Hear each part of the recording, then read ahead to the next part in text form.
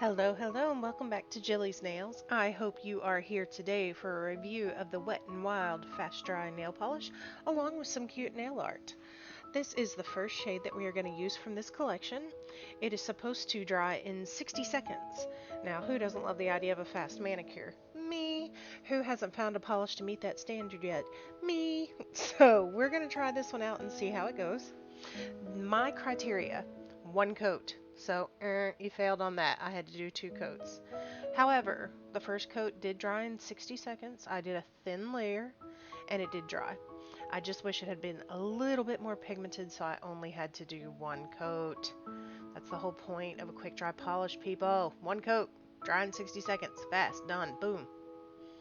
I am going to use some Such Feet top coat over everything.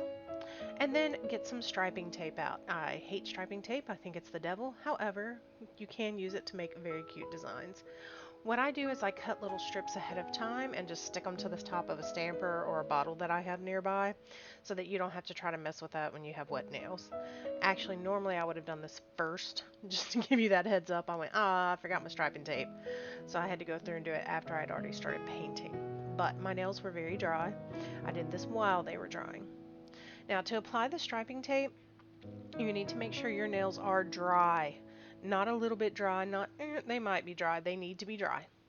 And then you go corner to corner, as much as you have a corner in your cuticle area. And make sure that you press that striping tape down into the cuticle so that no paint leaks underneath it. Paint, polish, you know what I mean. And we're going to just press that down across all of the nails. And once we have that ready, we're going to grab this bougie color, and that is the name of it, not just me calling it bougie, from Wet n Wild. It's also a fast dry. I wanted to see really how much this would speed up the nail art, and this one did help. But if I had this to do over again, I would not have painted this color near the cuticle line, just because it was kind of hard to get into it, especially for filming. I should have done it on the other side of the striping tape. Overall, I still like how it came out though.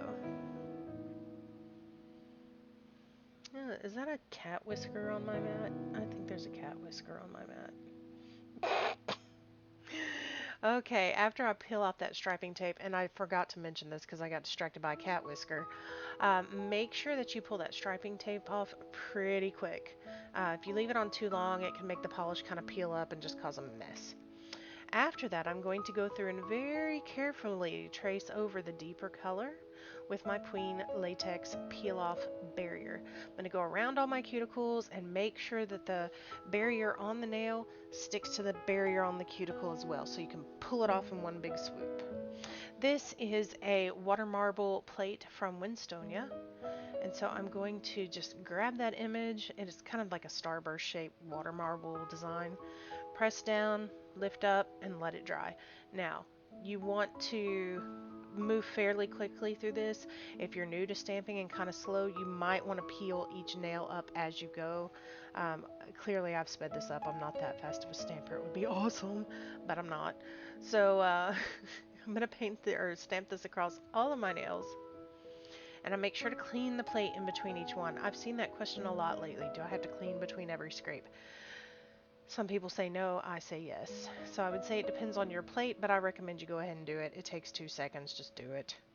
I grab my latex barrier and start to peel everything off. Notice I normally peel towards the cuticle, that way if I have any little stragglers like that, hopefully they don't flip back over and get on the main manicure. So again, just using my latex booger to grab another part and pull it off. And then I went through and cleaned everything up with my acetone. After I had everything cleaned up, I went ahead and painted another layer of quick dry top coat on. Yes, we used a lot this time, but you want to seal in all that hard work. If you notice on my middle nail near the cuticle, it's pretty patchy. That's something to keep in mind. It was kind of hard to get two coats on that one.